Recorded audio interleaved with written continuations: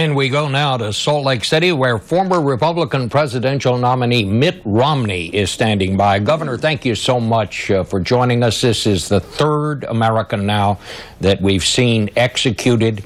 You said recently about the president's foreign policy, I'm going to quote here, "It's tempting to think he is just inept." What should we be doing differently now in this war against ISIS, and are we doing enough? Well, first of all, what we should have done by now is have American troops staying by in Iraq. That was something that we argued for years ago. The president didn't do it. Likewise, we should have armed the moderates in Syria a long time ago so that they'd be able to keep something like ISIS from being formed. And as a result of the mistakes that have been made in the past on the president's part, we now have terrible visions being shown on TV and of course, a threat to ourselves here in the homeland. And the right course for this nation is to do whatever it takes to destroy and defeat ISIS.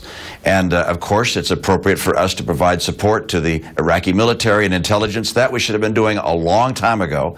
And I think the president's wrong in saying that under no circumstances will he consider ground troops. No one wants to put our own ground troops there.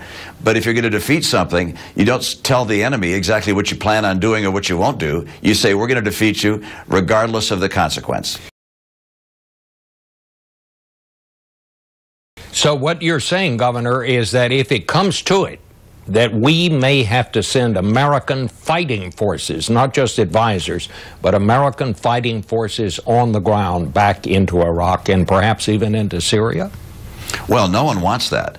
But when the president says we're going to destroy ISIS, then you have to recognize that that is a statement which means something.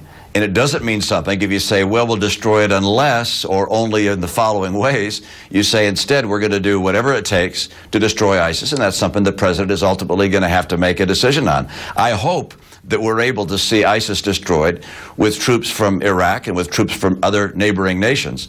But if that does not work, I certainly hope it does work, but if it doesn't work, we have to be open to whatever it takes to destroy ISIS. It is not acceptable for ISIS to represent the kind of threat it does to the peace of the world and to our interests as Americans. So sending American ground troops back into Iraq is still on the table?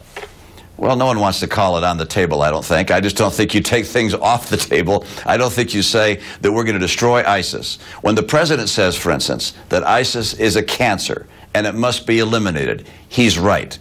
But you don't say, well, we're only going to use the following tools in doing so. You say we're going to do whatever it takes. And hopefully we'll be able to do that with other people's troops. But if it takes our own troops, you don't take that as a source of our strength from the battlefield.